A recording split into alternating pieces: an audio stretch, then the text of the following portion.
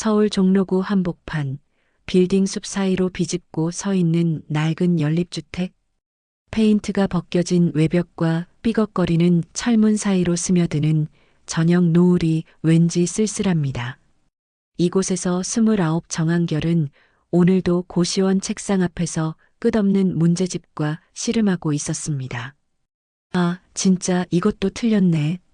한결은 연필을 내려놓고 목을 뒤로 젖혔습니다. 대학원 진학 준비를 시작한 지 벌써 반년째. 하지만 성과는 신통치 않았죠. 부모 없이 자란 그에게는 오직 할머니 이정래만이 전부였습니다. 83세 정래는 시골 농지를 모두 팔고 상경해서 손자의 뒷바라지를 하며 살아가고 있었거든요. 똑똑똑. 문을 두드리는 소리가 들렸습니다. 한결아, 저녁 먹어라. 할머니의 목소리였습니다. 평소보다 조금 떨리는 것 같았지만 한결은 별 생각 없이 일어섰죠. 네, 할머니. 지금 나갑니다. 거실로 나가자 할머니가 작은 상을 차려놓고 기다리고 계셨습니다.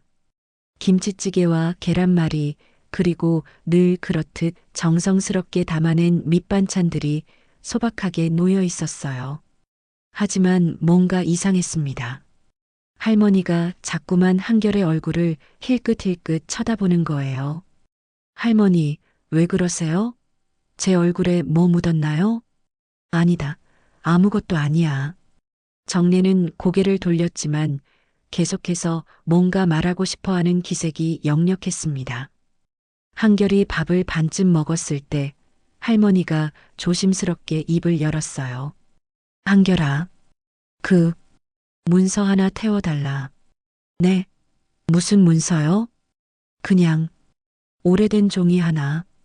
태워버리면 우리 집 줄게. 한결은 수저를 멈추고 할머니를 바라봤습니다. 할머니의 표정이 평소와 달랐어요.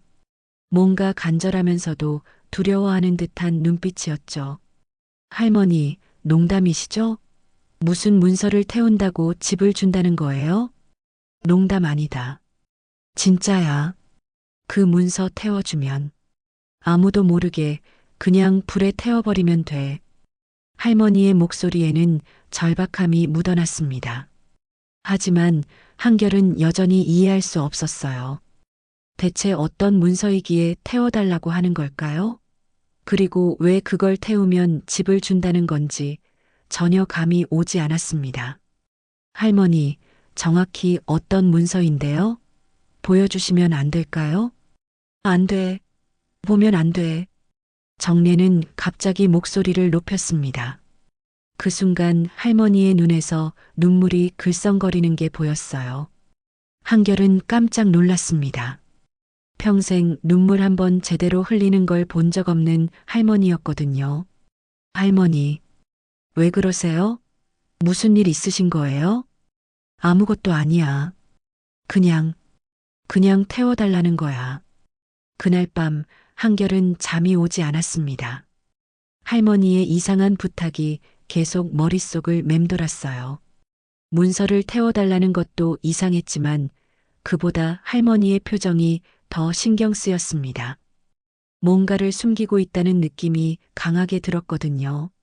새벽 2시쯤 화장실을 가려고 일어났는데 할머니 방에서 웅얼거리는 소리가 들렸습니다. 기태야, 미안하다. 이제 정말 태워야겠다. 기태? 그게 누구죠? 한결은 귀를 기울였지만 할머니의 중얼거림은 금세 잠잠해졌습니다. 하지만 그 이름은 왠지 익숙한 느낌이었어요. 어디서 들어본 것 같은데 도무지 기억나지 않았습니다. 다음 날 아침 할머니는 평소와 다름없이 아침을 차려주셨습니다. 하지만 한결의 눈에는 할머니가 뭔가를 계속 신경 쓰고 있다는 게 보였어요. 자꾸만 안방 쪽을 돌아보면서 불안해하는 모습이었죠.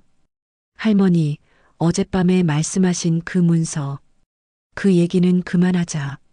잊어버려. 할머니는 단호하게 말을 끊었습니다. 하지만 한결의 호기심은 더욱 커져만 갔어요. 대체 무슨 문서이기에 이렇게까지 예민하게 반응하는 걸까요? 오후에 할머니가 장을 보러 나간 사이 한결은 집안을 둘러보기 시작했습니다. 혹시 할머니가 말한 그 문서가 어딘가에 있을지도 모른다는 생각이 들었거든요. 거실 서랍, 안방 옷장, 부엌 찬장까지 샅샅이 뒤져봤지만 특별한 건 없었습니다. 그런데 마지막으로 할머니 방 구석진 곳을 뒤지던 중 오래된 이불 더미 밑에서 뭔가 딱딱한 것이 만져졌어요. 조심스럽게 꺼내보니 낡은 서류 봉투 하나였습니다.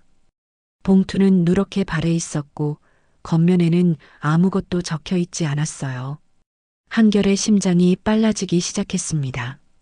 이게 바로 할머니가 태워달라고 한 그 문서일까요? 봉투를 열어봐야 하나 말아야 하나 망설였습니다. 하지만 호기심이 이성을 이겼어요.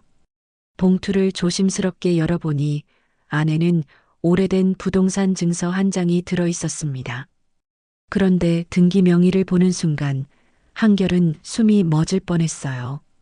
정기태 이름이 또렷하게 적혀 있었습니다. 어젯밤 할머니가 중얼거렸던 바로 그 이름이었죠. 그런데 이상했습니다. 한결은 정기태라는 사람을 전혀 몰랐거든요. 친척 중에도 할머니 지인 중에도 그런 이름을 가진 사람은 없었어요. 현관문이 열리는 소리가 들렸습니다. 할머니가 돌아온 거였어요. 한결은 급하게 문서를 봉투에 넣고 원래 자리에 둔 다음 자신의 방으로 뛰어갔습니다. 하지만 머릿속은 온통 그 이름으로 가득했어요. 정기태, 대체 누구인가요? 그리고 왜 할머니는 이 문서를 태워달라고 하는 걸까요? 다음 날 아침 한결은 밤새 뒤척이며 잠 못 이룬 얼굴로 거실에 나왔습니다. 할머니는 평소와 다름없이 아침상을 차리고 계셨지만 어제보다 더욱 초조해 보였어요. 자꾸만 손을 떨며 반찬 그릇을 만지작거리고 있었죠. 할머니, 어젯밤에 잠 못 주무셨죠? 왜? 나 잘 잤는데? 정례는 애써 태어난 척했지만 눈 밑에 다크서클이 말해주고 있었습니다. 한결은 조심스럽게 입을 열었어요. 할머니, 정기태가 누구예요? 순간 정례의 손이 멈췄습니다. 들고 있던 국그릇이 살짝 흔들렸죠. 할머니의 얼굴이 순식간에 창백해졌습니다. 어디서 그 이름을 들었니? 어젯밤에 할머니가 중얼거리시는 걸 들었어요. 정기태라고 하면서 미안하다고. 아니다. 그런 이름 모른다. 할머니는 갑자기 목소리를 높이며 부인했습니다. 하지만 그 반응 자체가 뭔가 숨기고 있다는 증거였어요. 한결은 더욱 의심스러워졌습니다. 할머니, 진짜 모르세요? 그럼 왜 그렇게 놀라시는 거예요? 놀란 게 아니야. 그런 사람 없다고 했잖니. 정례는 급하게 밥그릇을 치우기 시작했습니다. 하지만 손이 너무 떨려서 그릇이 부딪히며 소리가 났어요. 한결은 할머니의 이상한 반응을 보며 확신했습니다. 분명히 정기태라는 사람과 관련된 무언가가 있다는 걸 말이죠. 오후가 되자 할머니의 행동은 더욱 이상해졌습니다. 계속해서 안방을 들락날락하며 뭔가를 찾는 듯한 모습을 보였어요. 그리고 마침내 그 낡은 서류 봉투를 들고 나왔습니다. 한결아, 이거 태워줘. 할머니의 손에 들린 봉투를 보는 순간 한결의 심장이 쿵쾅거리기 시작했습니다. 바로 어제 자신이 몰래 본 그 봉투였거든요. 할머니, 그게 뭔데요? 왜 태워야 하는 거예요? 묻지 말고 그냥 태워줘. 제발, 이것만 태워주면 돼. 정례의 목소리에는 간절함이 배어 있었습니다. 하지만 한결은 그 안에 뭐가 들어있는지 알고 있었어요. 정기태 명의의 부동산 증서 말이죠. 할머니, 정기태 씨와 관련된 문서죠? 뭐라고? 할머니의 눈이 커졌습니다. 완전히 당황한 표정이었어요. 그 봉투 안에 정기태라는 분 이름으로 된 부동산 증서가 들어있잖아요. 너 그걸 봤니? 정례는 봉투를 품에 꼭 안으며 뒷걸음질 쳤습니다. 마치 무언가 큰 잘못이 일어난 것처럼 말이죠. 할머니, 대체 정기태가 누구예요? 왜 그분 문서를 태우려고 하는 거예요? 모른다고 했잖니. 그런 사람 없어. 할머니는 계속 부인했지만 이미 들통이 난 상황이었습니다. 한결은 더욱 추궁했어요. 그럼 왜 그분 명의로 된 땅 문서가 우리 집에 있는 거예요? 할머니가 모르는 사람이라면서요? 정례는 말문이 막혔습니다. 한참 동안 입을 다물고 있다가 마침내 한숨을 크게 내쉬었어요. 기태가, 그 아이 이름은 아무데도 남으면 안 돼. 기태가 누구예요? 정기태 말씀하시는 거죠? 아니야. 아무도 아니야. 할머니는 다시 입을 다물어 버렸습니다. 하지만 한결은 포기할 수 없었어요. 이 모든 수수께끼의 열쇠가 바로 정기태라는 인물에게 있다는 걸 직감적으로 알고 있었거든요. 그날 저녁 한결은 외삼촌에게 전화를 걸었습니다. 할머니가 화장실에 간 사이를 틈타서 말이죠. 삼촌, 저 한결이에요. 한결아. 웬일로 전화했니? 삼촌, 혹시 정기태라는 분 아세요? 전화 너머로 잠시 침묵이 흘렀습니다. 그리고 외삼촌의 조심스러운 목소리가 들려왔어요. 정기태? 그 이름을 어디서 들었니? 할머니한테서요. 그분이 누구예요? 한결아. 그건 내가 알 필요 없는 일이야. 삼촌도 뭔가를 숨기고 계시는 거죠? 대체 정기태가 누구이길래 다들 이렇게 비밀스럽게 하는 거예요? 외삼촌은 한참 고민하는 듯 했습니다. 그리고 마침내 무거운 목소리로 말했어요. 한결아, 이번 주말에 시골집으로 내려와라. 할머니는 데려오지 말고 혼자서만. 왜요? 무슨 일인데요? 그때 가서 얘기하자. 전화로는 말하기 어려운 일이야. 전화가 끊어진 후 한결은 더욱 궁금해졌습니다. 외삼촌까지 뭔가를 숨기고 있다는 건 분명히 큰 비밀이 있다는 뜻이었어요. 다음 날 할머니는 또다시 그 봉투를 들고 나왔습니다. 한결아, 제발. 이거 태워줘. 무조건 태워야 돼. 할머니의 목소리에는 절망감이 섞여 있었습니다. 마치 이 문서가 존재하는 것 자체가 큰 고통인 것처럼 말이죠. 기태가, 그 아이 이름은 정말 아무데도 남으면 안 되는 거야. 이번에는 더 또렷하게 들렸습니다. 기태, 정기태. 할머니는 분명히 이 사람을 알고 있었어요. 그리고 어떤 이유에서인지 그 이름이 남아있는 것을 극도로 두려워하고 있었습니다. 할머니, 정기태가 대체 누구예요? 왜 그분 이름이 남으면 안 되는 거예요? 모른다고 했잖니.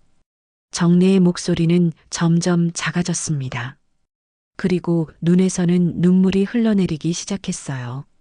한결아, 할머니가 평생 한 번만 부탁한다. 이거 태워줘. 아무것도 묻지 말고.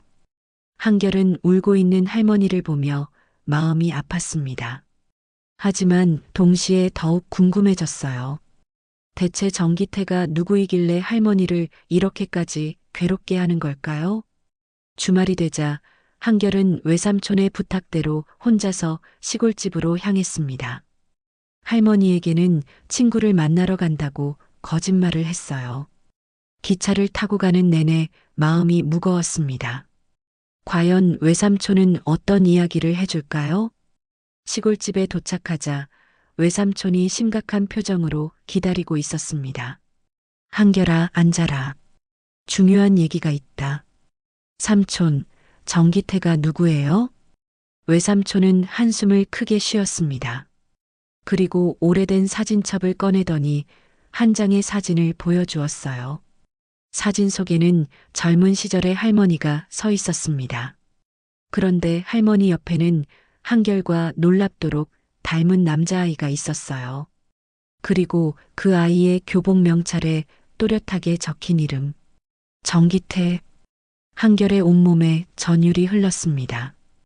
이 사람은 대체 누구인가요? 그리고 왜 자신과 이렇게 닮았을까요? 한결은 사진을 보고 또 보고 했습니다. 자신과 빼닮은 그 남자아이가 도저히 믿어지지 않았어요. 특히 눈매와 코, 그리고 미소 짓는 모습까지 거의 똑같았거든요. 삼촌, 이 사람이 정기태예요? 그래. 외삼촌의 목소리는 무거웠습니다. 마치 오랫동안 묻어두었던 비밀을 꺼내는 것처럼 말이죠. 그런데 이 사람 왜 저랑 이렇게 닮았어요? 친척인가요? 외삼촌은 한참 동안 말을 하지 못했습니다. 입을 여러 번 열었다가 다시 닫기를 반복했어요. 그러더니 마침내 중요한 말을 꺼냈습니다. 한결아, 정기태는 내 아버지야. 네. 한결은 귀를 의심했습니다. 아버지라고요?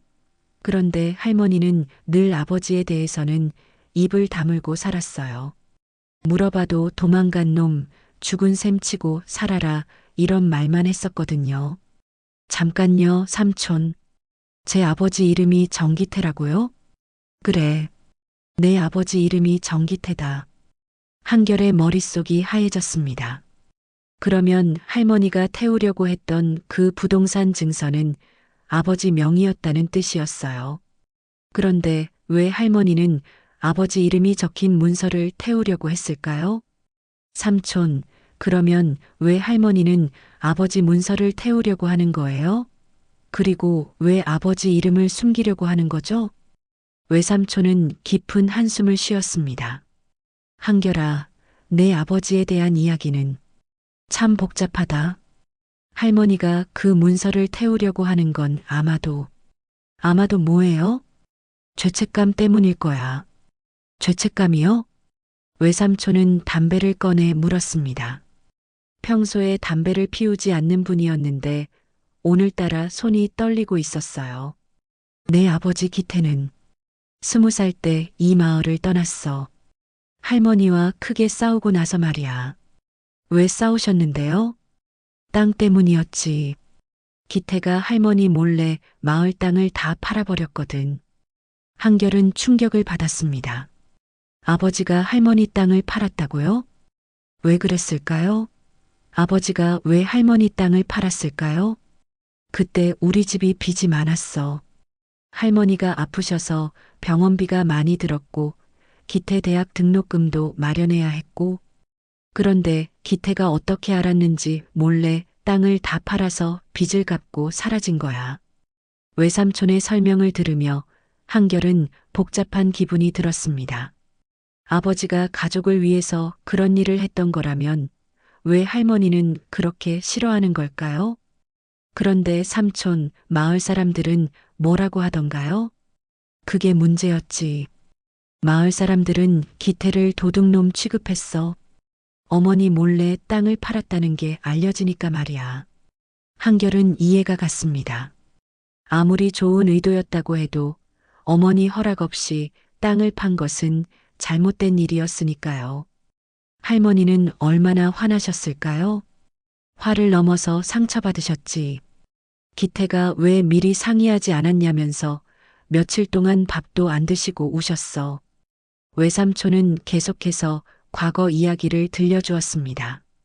그리고 기태가 떠난 후에도 마을 사람들이 할머니를 수군거렸어. 아들 교육을 잘못했다. 믿을 수 없는 집안이다. 이런 식으로 말이야. 그래서 할머니가 서울로 올라오신 거예요? 그런 것도 있고, 그리고 너 때문이기도 하고. 저 때문에요? 기태가 떠나고 얼마 후에 내가 태어났거든. 하지만 기태는 연락도 없고 내 어머니는 너를 낳고 얼마 후에 세상을 떠나셨어. 한결은 처음 듣는 이야기였습니다. 어머니에 대해서도 할머니는 자세히 말해준 적이 없었거든요. 그래서 할머니가 너를 키우게 된 거야. 마을에서는 계속 수군거리고 할머니는 견디다 못해서 너를 데리고 서울로 올라가신 거지. 이제 조금씩 퍼즐이 맞춰지기 시작했습니다. 할머니가 왜 아버지 이야기를 하기 싫어하는지, 왜 그 문서를 태우려고 하는지 말이죠. 삼촌, 그런데 마을 사람들은 아버지에 대해서 뭐라고 하던가요? 외삼촌의 표정이 어두워졌습니다. 사실 좋지 않은 소문이 많았어. 기태가 땅을 팔고 그 돈을 들고 도망갔다는 거야. 정말 그런 건가요? 모르겠어. 기태는 그 후로 연락이 없었거든. 살아있는지 죽었는지도 모르고. 한결은 가슴이 답답해졌습니다. 아버지가 정말 돈을 들고 도망간 건지 아니면 다른 사정이 있었던 건지 알 수가 없었어요. 그런데 삼촌, 최근에 마을에서 이상한 일이 있었다면서요? 응? 무슨 일? 며칠 전에 마을 이장님한테 전화가 왔어요. 누군가가 옛날 토지 관련해서 문의를 했다는 거예요. 외삼촌의 눈이 커졌습니다. 누가?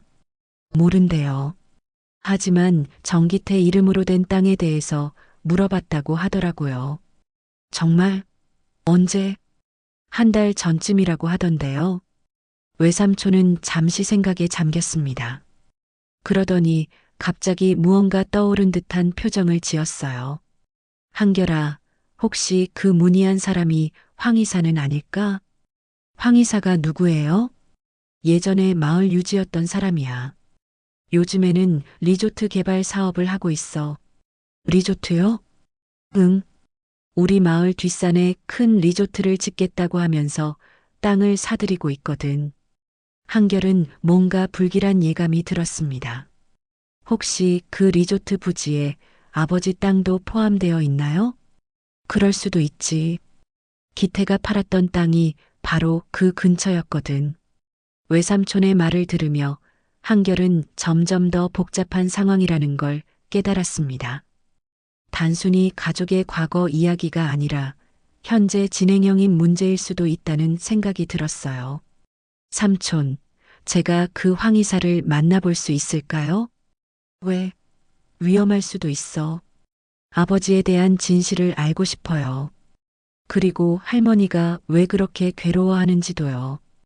외삼촌은 한참 고민하더니 고개를 끄덕였습니다. 알겠어. 내가 연락해 볼게. 하지만 조심해야 해. 황 이사는 만만한 사람이 아니거든. 그날 밤 한결은 외삼촌 집에서 하룻밤을 보냈습니다. 잠자리에 누워서도 계속 생각이 났어요. 아버지 정기태, 그리고 할머니가 태우려고 했던 그 문서. 모든 게 연결되어 있다는 느낌이 들었습니다. 다음 날 아침 외삼촌은 약속대로 황 이사에게 연락을 했습니다. 전화를 받는 외삼촌의 표정이 점점 굳어지는 게 보였어요. 네, 알겠습니다. 오늘 오후에 뵙겠습니다. 전화를 끊은 외삼촌이 한결을 바라봤습니다. 황 이사가 만나자고 하네. 오늘 오후 2시에 마을회관에서. 뭐라고 하던가요? 별말은 안 했는데 목소리가 좀 이상했어. 마치 이미 알고 있었던 것처럼. 한결은 가슴이 두근거렸습니다. 드디어 아버지와 관련된 진실에 한 걸음 더 다가갈 수 있을 것 같았어요. 오후 2시 마을회관 앞에는 검은색 고급 승용차 한 대가 서 있었습니다. 차에서 내린 남자는 50대 중반쯤 되어 보였어요. 정장을 단정하게 입고 있었지만 왠지 모를 위압감이 느껴졌습니다. 외삼촌님이시죠? 저는 황민수입니다. 황 이사는 정중하게 인사했지만 눈빛은 차가웠습니다. 그리고 한결을 보는 순간 잠시 놀란 표정을 지었어요. 이분이 정기태 씨 아들이신가요? 네, 맞습니다. 정말 아버지를 닮으셨네요. 특히 눈매가. 황 이사의 말에 한결은 의외였습니다. 이 사람이 아버지를 직접 본 적이 있다는 뜻이었거든요. 마을회관 안으로 들어가 자리에 앉자 황 이사가 먼저 말을 꺼냈습니다. 사실 한 달 전에 토지 관련해서 문의했던 사람이 바로 저입니다. 정기태 씨 땅 말씀이시죠? 네. 저희가 진행하고 있는 리조트 개발 부지에 그 땅이 포함되어 있거든요. 한결은 조심스럽게 물어봤습니다. 혹시 제 아버지를 만나신 적이 있으신가요? 황 이사는 잠시 망설이더니 고개를 끄덕였습니다. 있습니다. 10년 전에요. 10년 전에요? 네. 정기태 씨가 직접 저를 찾아왔었습니다. 한결과 외삼촌은 깜짝 놀랐습니다. 아버지가 10년 전에 이 마을에 왔었다는 뜻이었거든요. 무슨 용무로 오셨던 건가요? 땅을 되찾고 싶다고 하더군요. 30년 전에 팔았던 그 땅을 다시 사겠다고. 한결의 심장이 빨라졌습니다. 아버지가 땅을 되찾으려고 했다고요? 그래서 어떻게 되었나요? 황 이사의 표정이 어두워졌습니다. 하지만 그 땅은 이미 여러 번 주인이 바뀐 상태였어요. 정기태 씨가 팔고 난 후에 몇 차례 거래가 있었거든요. 그럼 아버지는 어떻게 하셨어요? 포기하지 않더군요. 어떻게든 되찾겠다고 하면서. 그런데 이상한 것은 그분이 가져온 문서였습니다. 문서요? 원래 소유권을 증명하는 옛날 증서를 가지고 왔더라고요. 하지만 그 문서로는 현재 소유권을 주장할 수 없다고 설명해 드렸죠. 한결은 할머니가 태우려고 했던 바로 그 문서를 떠올렸습니다. 혹시 그 문서가 어떻게 생겼는지 기억하세요? 낡은 봉투에 들어 있었어요. 아주 오래된 부동산 증서였죠. 확실했습니다. 할머니가 가지고 있던 그 문서가 맞았어요. 그런데 황 이사님, 제 아버지는 그 후에 어떻게 되셨나요? 황 이사는 잠시 주저했습니다. 마치 말하기 어려운 내용인 것처럼 말이죠. 실은 그 후로 연락이 끊어졌습니다. 연락이 끊어졌다고요? 네. 처음에는 며칠에 한 번씩 전화하시더니 어느 날부터 갑자기 연락이 안 되더라고요. 한결은 불안해지기 시작했습니다. 혹시 무슨 일이 있었던 건 아닐까요? 그것까지는 모르겠습니다. 다만 황 이사가 말을 멈췄습니다. 다만 뭐요? 마지막에 만났을 때 정기태 씨가 이상한 말을 하더군요. 어떤 말이요? 어머니께 용서를 구하러 가야겠다고 하시면서 모든 걸 정리하고 가족품으로 돌아가겠다고. 한결은 숨이 막힐 것 같았습니다. 아버지가 할머니에게 용서를 구하러 간다고 했다는 것은 집으로 왔을 수도 있다는 뜻이었거든요. 혹시 그때가 언제였는지 기억하세요? 정확히는 기억 안 나지만 10년 전 가을쯤이었던 것 같아요. 외삼촌이 끼어들었습니다. 그런데 우리는 기태가 집에 온 적이 없다고 알고 있는데요. 그럴 수도 있죠. 어쩌면 중간에 마음이 바뀌었을 수도 있고. 황 이사는 그렇게 말했지만 뭔가 더 말하고 싶어 하는 것 같았습니다. 혹시 다른 아시는 게 있으시면 말씀해 주세요. 사실 한 가지 더 있습니다. 황 이사는 가방에서 명함 하나를 꺼냈습니다. 이건 정기태 씨가 마지막에 저에게 주신 명함이에요. 명함을 받아본 한결은 깜짝 놀랐습니다. 명함에는 강원도 어느 산골 마을 주소가 적혀 있었거든요. 이게 아버지 주소인가요? 그때 임시로 머물고 있던 곳이라고 하더군요. 모든 게 정리되면 가족에게 연락하겠다고. 한결은 명함을 꼭 쥐었습니다. 드디어 아버지의 흔적을 찾을 수 있을 것 같았어요. 황 이사님, 혹시 그 후에 이 주소로 연락해 보신 적 있으세요? 한번 시도해 봤지만 그 번호는 더 이상 사용하지 않는다고 나오더군요. 황 이사는 시계를 보더니 일어났습니다. 시간이 늦었네요. 오늘은 이만 가보겠습니다. 잠깐만요, 황 이사님. 한결이 급하게 불렀습니다. 한 가지만 더 물어봐도 될까요? 뭐든지 물어보세요. 제 아버지가 정말 살아계신다고 생각하세요? 황 이사는 한참 동안 한결을 바라봤습니다. 그리고 조심스럽게 말했어요. 잘 모르겠습니다. 하지만 한 가지는 확실해요. 뭐가요? 정기태 씨는 가족을 정말 사랑하고 계셨어요. 특히 어머니와 아들에 대한 이야기를 할 때는 눈물을 글썽이시더군요. 황 이사가 떠난 후 한결과 외삼촌은 멍하니 앉아 있었습니다. 한결아, 정말 그 주소로 가볼 생각이니? 네, 가봐야겠어요. 아버지가 정말 어떻게 되셨는지 알고 싶어요.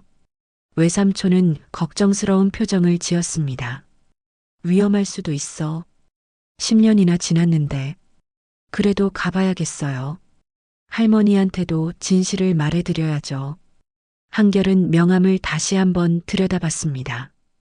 강원도 산골 마을. 아버지의 마지막 흔적이 남아있을지도 모를 그곳으로 반드시 가야겠다고 마음먹었습니다. 서울로 돌아온 한결은 할머니에게 아무 말도 하지 못했습니다. 어떻게 시작해야 할지 막막했거든요. 하지만 할머니의 상태는 점점 나빠지고 있었어요. 며칠 전부터 밥도 제대로 드시지 않고 밤마다 중얼거리며 잠꼬대를 하셨습니다. 기태야, 미안하다. 문 열어줄걸? 새벽에 들리는 할머니의 잠꼬대는 한결의 가슴을 아프게 했습니다. 분명히 무언가 숨기고 계신 게 있었어요. 다음 날 아침 할머니는 평소보다 더 창백해 보였습니다. 할머니, 몸이 안 좋으세요? 괜찮다. 그냥 잠을 못 잤을 뿐이야. 하지만 한결의 눈에는 할머니가 많이 아파 보였어요. 결국 그날 오후 할머니는 갑자기 쓰러지셨습니다. 할머니, 한결은 급하게 119에 신고했습니다. 구급차가 도착할 때까지 할머니를 붙잡고 있는데 할머니가 희미한 목소리로 중얼거렸어요. 한결아, 서랍, 일기장. 할머니, 지금은 말씀하지 마세요. 꼭 봐야 해. 기태가. 그 말을 마지막으로 할머니는 의식을 잃으셨습니다.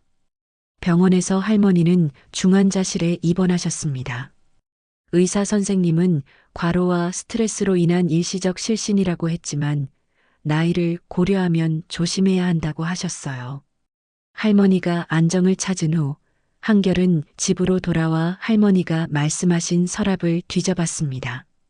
그리고 오래된 일기장 하나를 발견했어요. 일기장을 펼쳐보니 할머니의 글씨로 빼곡히 적혀 있었습니다. 가장 최근 날짜부터 거꾸로 읽어나갔는데 한결은 점점 충격에 빠져들었습니다. 2014년 10월 15일. 오늘도 기태 생각이 난다. 그 아이가 문을 두드렸을 때 나는 왜 문을 열어주지 않았을까? 아들인데도 죄인처럼 내쫓았다. 이제 와서 후회해도 늦었지만 한결의 손이 떨렸습니다.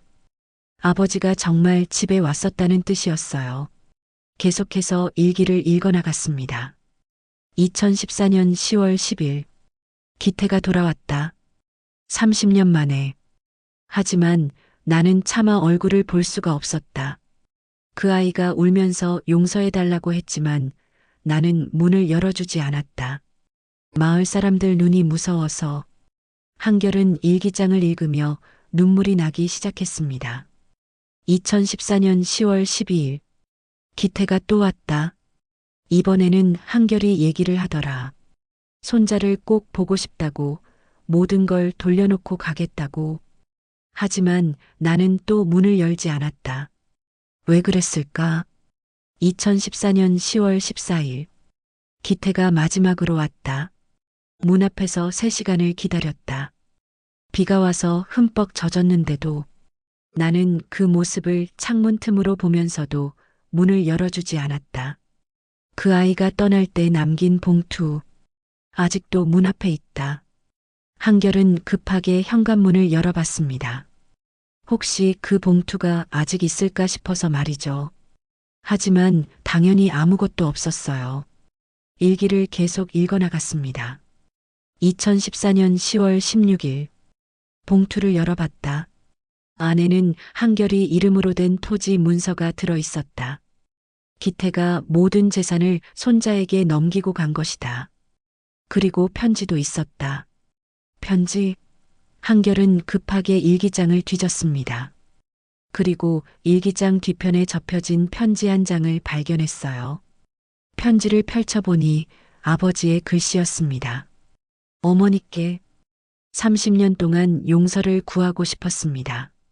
제가 저질렀던 일들에 대해 매일 후회하며 살았습니다. 하지만 이제라도 모든 걸 되돌려 놓고 싶어서 돌아왔습니다. 한결이에게 물려줄 수 있는 건 이 문서뿐입니다. 저 같은 아버지가 가질 자격은 없으니까요. 어머니, 제가 살아있는 한결이를 잘 부탁드립니다. 그리고 언젠가 용서해 주세요. 마이너스 기태 올림. 한결은 편지를 읽으며 울음을 터뜨렸습니다. 아버지가 얼마나 후회하며 살았는지, 그리고 얼마나 가족을 사랑했는지 느껴졌거든요. 그런데 편지 끝에 추가로 적힌 글이 있었습니다. PS. 만약 어머니가 이 편지를 읽고 계신다면 저는 강원도 설악산 근처 작은 산장에 있습니다. 용기가 생기시면 언제든 찾아오세요.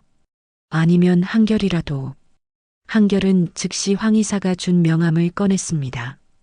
주소를 비교해 보니 비슷한 지역이었어요.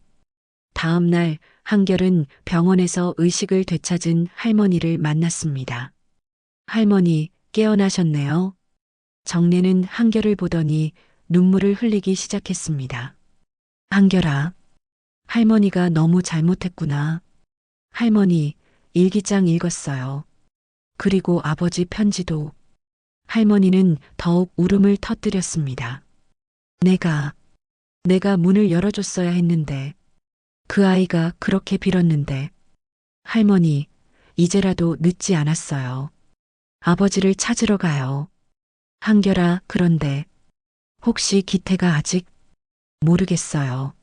하지만 가봐야겠어요. 아버지가 우리를 기다리고 계실지도 모르잖아요. 할머니는 한참 동안 울고 나서 고개를 끄덕였습니다. 그래, 가보자. 할머니도 함께 가겠다. 아직 몸이 안 좋으신데. 괜찮다. 이제 더 이상 미룰 수 없어.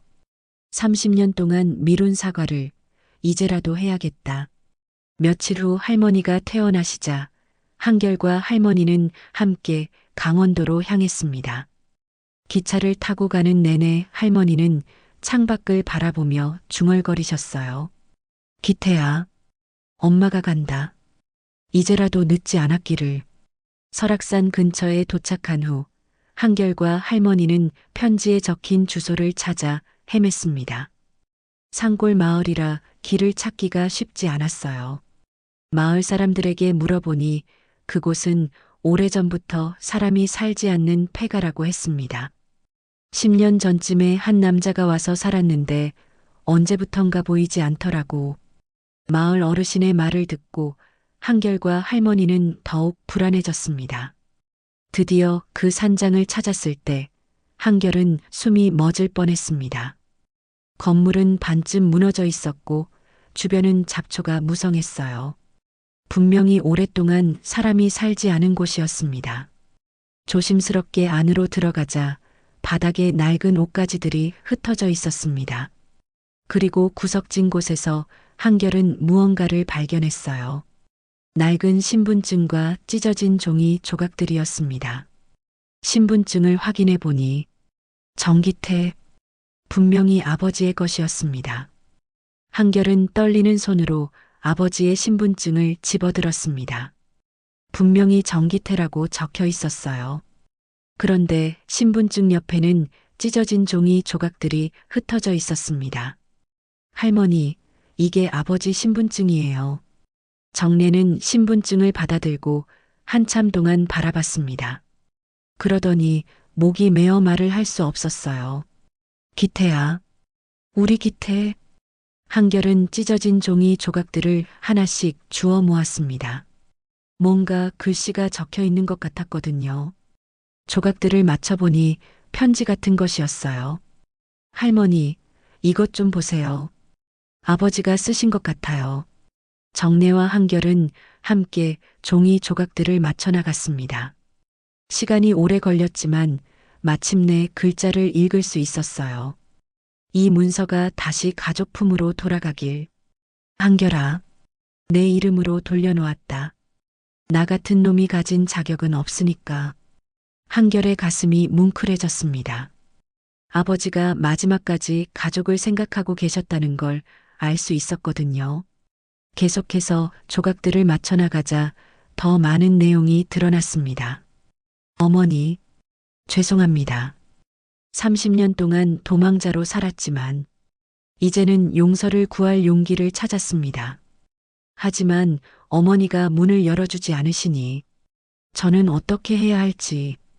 정래는 편지를 읽으며 계속 눈물을 흘렸습니다. 내가 너무 잘못했구나. 기태야. 그런데 편지의 마지막 부분에는 더욱 충격적인 내용이 있었습니다. 가장 큰 죄는 도망이 아니라 용서를 구할 기회를 놓친 것. 이제 더 이상 기다릴 수 없습니다. 한결이는 부탁드립니다. 한결은 편지를 읽으며 불안해졌습니다. 아버지의 마지막 말이 너무 절망적으로 들렸거든요. 할머니, 아버지가 어디 계신 걸까요? 모르겠다. 이곳에 살았다면 어디 갔을까? 두 사람은 폐가 주변을 더 자세히 살펴봤습니다. 그런데 집 뒤편에서 작은 무덤 같은 것을 발견했어요. 할머니, 저기. 정래는 무덤을 보더니 주저앉았습니다. 설마 기태가. 한결은 급하게 무덤 근처로 달려갔습니다. 하지만 자세히 보니 사람 무덤이 아니었어요. 작은 나무 십자가가 세워져 있었고 그 밑에는 뭔가가 묻혀 있었습니다. 조심스럽게 파보니 작은 상자가 나왔습니다. 상자를 열어보니 또 다른 편지와 열쇠, 그리고 은행 통장이 들어 있었어요. 편지를 펼쳐보니 아버지의 마지막 메시지였습니다. 이 편지를 읽는 사람이 한결이라면 아빠는 살아 있습니다. 하지만 어머니 앞에 나타날 자격이 없어서 멀리 떠났습니다. 이 열쇠는 서울은행 대여금고 열쇠입니다.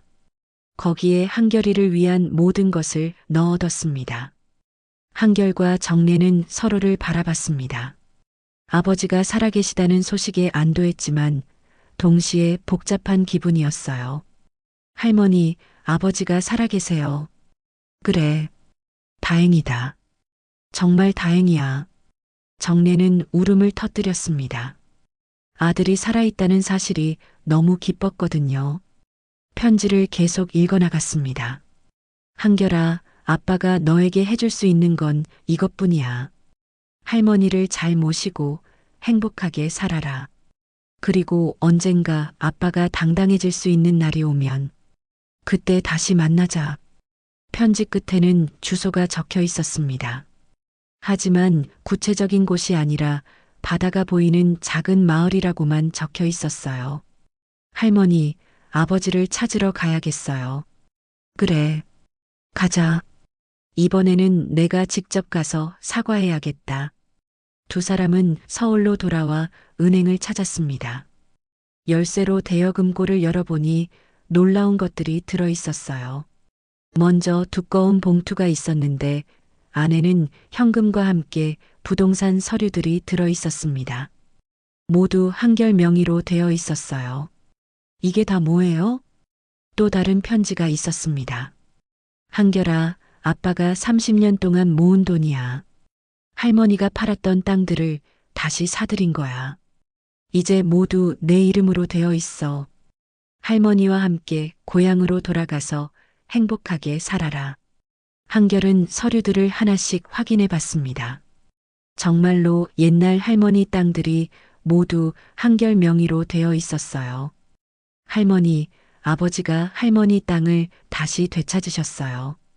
정래는 서류를 보며 또다시 눈물을 흘렸습니다. 그 아이가 이런 일을.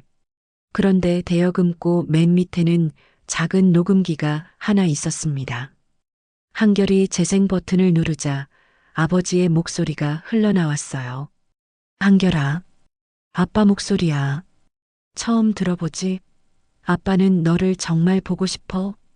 하지만 할머니 앞에 나설 자격이 없어서 멀리서라도 너희를 지켜보고 있을게. 할머니께 전해줘. 아빠가 정말 미안하다고. 그리고 사랑한다고. 녹음이 끝나자 한결과 정례는 한참 동안 말을 할 수 없었습니다. 할머니, 우리 아버지를 꼭 찾아야겠어요. 그래. 이번에는 내가 무릎 꿇고라도 용서를 빌겠다. 그날 밤 한결은 인터넷으로 바다가 보이는 작은 마을을 검색해 봤습니다. 후보지가 너무 많았지만 포기할 수 없었어요. 그런데 할머니가 갑자기 뭔가 떠오른 듯한 표정을 지었습니다. 한결아, 혹시 뭐가요, 할머니? 기태가 어렸을 때 꿈이 있었어. 바다가 보이는 곳에서 작은 카페를 운영하고 싶다고 했거든. 정말요? 그때 자주 말했던 곳이 있었어. 강릉 어느 작은 어촌 마을. 한결의 눈이 밝아졌습니다. 실마리를 찾은 것 같았어요. 할머니, 그곳으로 가봐요. 그래. 가자. 이번에는 꼭 우리 기태를 찾아서 집으로 데려오자. 한결과 할머니는 서로를 바라보며 희망에 찬 미소를 지었습니다. 30년 만에 가족이 다시 만날 수 있는 기회가 온 것 같았거든요. 다음 날 이른 아침, 한결과 할머니는 강릉으로 향하는 기차에 몸을 맡겼습니다. 할머니는 30년 만에 아들을 만날 수도 있다는 기대감과 두려움이 뒤섞인 표정이었어요. 한결아, 만약에 기태가 우리를 보고 도망가면 어떻게 하지? 그런 일은 없을 거예요, 할머니. 아버지도 우리를 그리워하고 계실 거예요. 강릉에 도착한 후 두 사람은 해안가를 따라 작은 어촌 마을들을 하나씩 찾아다녔습니다. 첫 번째 마을에서는 아무런 소득이 없었어요. 두 번째, 세 번째 마을도 마찬가지였습니다. 해가 질 무렵 마지막으로 찾은 작은 어촌 마을에서 한결은 바다가 내려다 보이는 언덕에 자리 잡은 작은 카페를 발견했습니다. 간판에는 바다양 카페라고 적혀 있었어요. 할머니, 저기 카페가 있어요. 가보자. 카페 문을 열고 들어서자 따뜻한 커피 향이 코끝을 간지렸습니다. 카페 안은 소박하지만 아늑했어요. 바다가 내려다 보이는 창가에는 오래된 책들이 놓여 있었습니다. 어서 오세요. 뒤에서 들려온 목소리에 할머니가 몸을 돌렸습니다. 그 순간 할머니의 눈이 커졌어요. 카운터 뒤에 서 있는 남자는 머리가 반백이 되었지만 분명히 30년 전 그 모습이었습니다. 바로 정기태였어요. 기태도 할머니를 보는 순간 손에 들고 있던 컵을 떨어뜨렸습니다. 어머니. 할머니와 아들은 한참 동안 서로를 바라볼 뿐 아무 말도 할 수 없었습니다. 30년이라는 세월이 만들어낸 거리감이 느껴졌어요. 기태야. 할머니가 먼저 입을 열었습니다. 목소리가 떨리고 있었어요. 어머니, 왜 여기까지? 기태는 당황한 표정으로 물러섰습니다. 마치 또다시 도망가고 싶어 하는 것처럼 말이죠. 기태야, 엄마가 미안하다. 할머니는 갑자기 무릎을 꿇고 앉았습니다. 어머니, 뭐 하시는 거예요? 기태가 급하게 할머니를 부축했습니다. 30년 동안 엄마가 너무 잘못했다. 너를 용서 못한 게 아니라 엄마가 무서웠던 거야. 마을 사람들 눈치가 무서워서. 정례는 눈물을 흘리며 계속 말했습니다.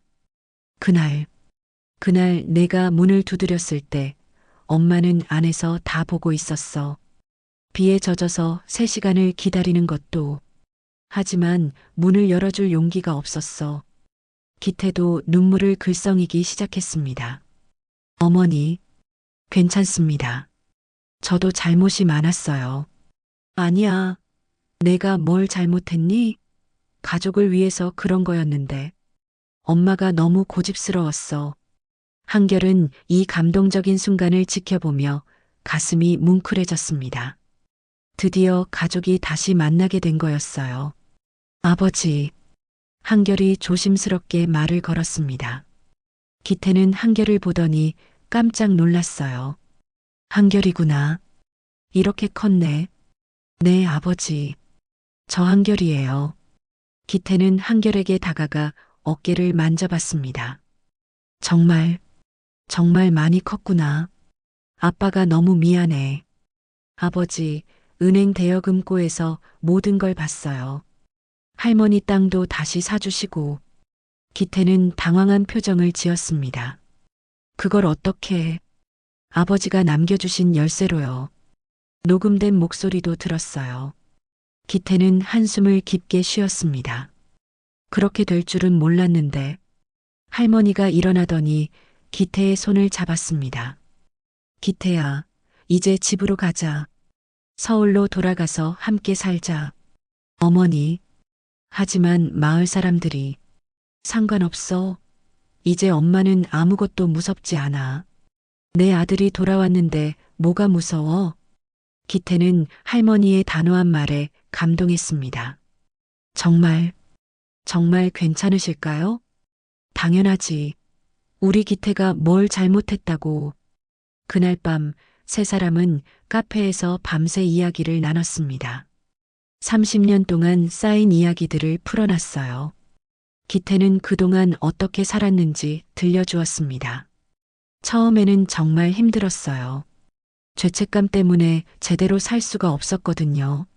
하지만 한결이를 위해서라도 돈을 벌어야겠다고 생각했어요. 그래서 이 카페를 차린 거야? 네. 처음엔 공사장에서 일하다가 나중에 작은 사업을 시작했어요. 그렇게 조금씩 모은 돈으로 할머니 땅들을 다시 사들인 거죠. 한결은 아버지의 이야기를 들으며 감동했습니다. 아버지, 정말 대단하세요. 아니야. 아빠가 해야 할 일을 했을 뿐이야.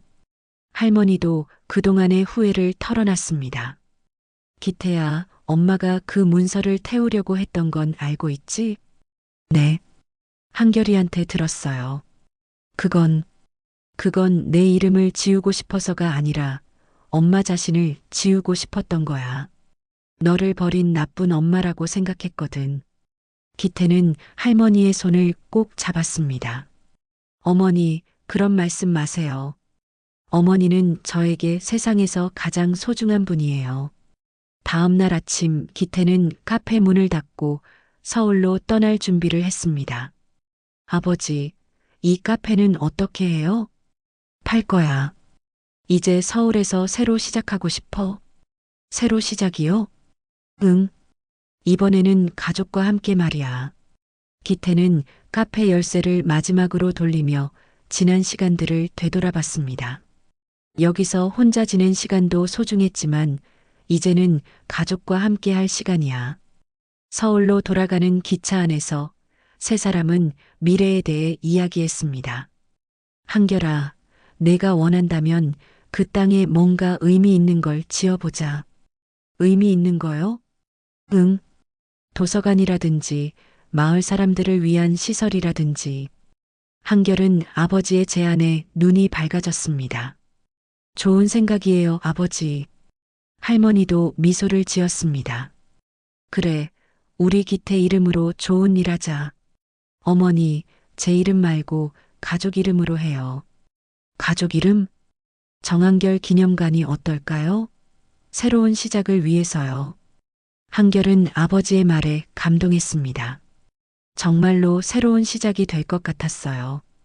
기차가 서울역에 도착했을 때 세 사람은 손을 맞잡고 함께 내렸습니다. 30년 만에 완성된 가족의 모습이었습니다. 이제 정말 우리 가족이 되었네요. 한결의 말에 할머니와 아버지는 환하게 웃었습니다. 오랜 시간 동안 잃어버렸던 행복이 다시 찾아온 순간이었어요. 1년 후 서울 종로구 그 낡은 연립주택은 완전히 달라져 있었습니다. 벽은 새로 칠해졌고 작은 정원에는 할머니가 심은 꽃들이 활짝 피어 있었어요. 무엇보다 집 안에는 웃음소리가 끊이지 않았습니다. 아버지, 오늘 시골에서 연락 왔어요. 한결이 흥겹게 말했습니다. 아버지 기태는 앞치마를 두르고 아침 준비를 하고 계셨어요. 무슨 연락? 도서관 공사가 끝났대요. 다음 주에 개관식 한다고 하더라고요. 기태의 얼굴에 환한 미소가 떠올랐습니다. 정말 드디어 끝났구나. 지난 1년 동안 세 가족은 정말 많은 일들을 해냈습니다.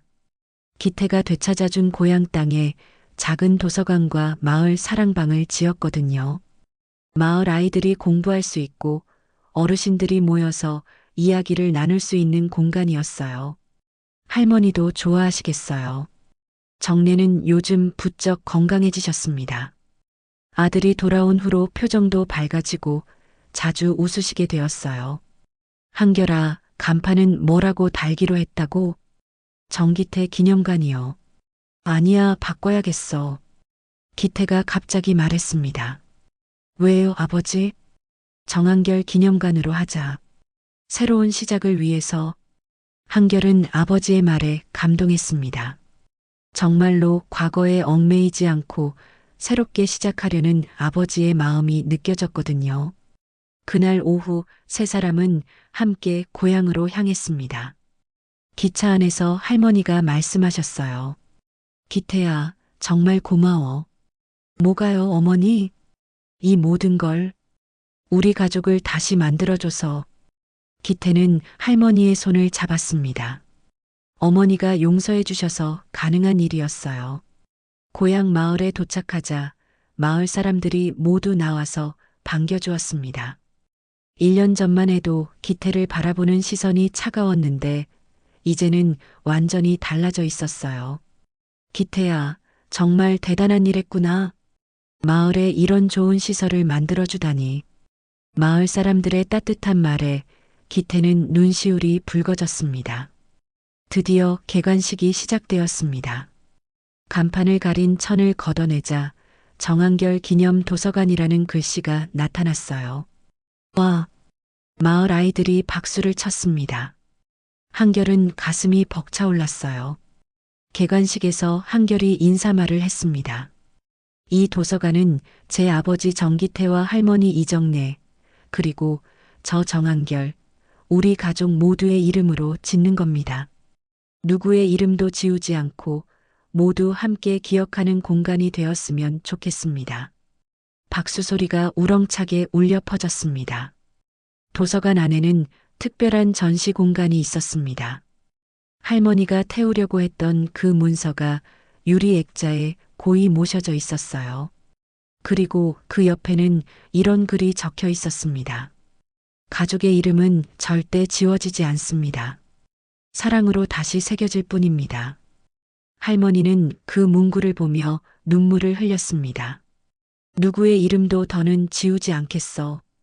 있는 것이 사랑이 아니라는 걸 이제 알았어. 개관식이 끝난 후 세 가족은 도서관 앞 벤치에 앉아 마을을 내려다봤습니다. 아버지, 후회 안 해요? 뭘? 30년 동안 고생하신 건 말이에요. 기태는 고개를 저었습니다. 전혀. 그 시간이 있었기 때문에 지금 이 순간이 더 소중한 거야. 할머니도 고개를 끄덕였습니다. 맞아. 헤어짐이 있었기 때문에 만남이 더 기쁜 거지. 그날 밤 마을 사람들은 작은 잔치를 열어주었습니다.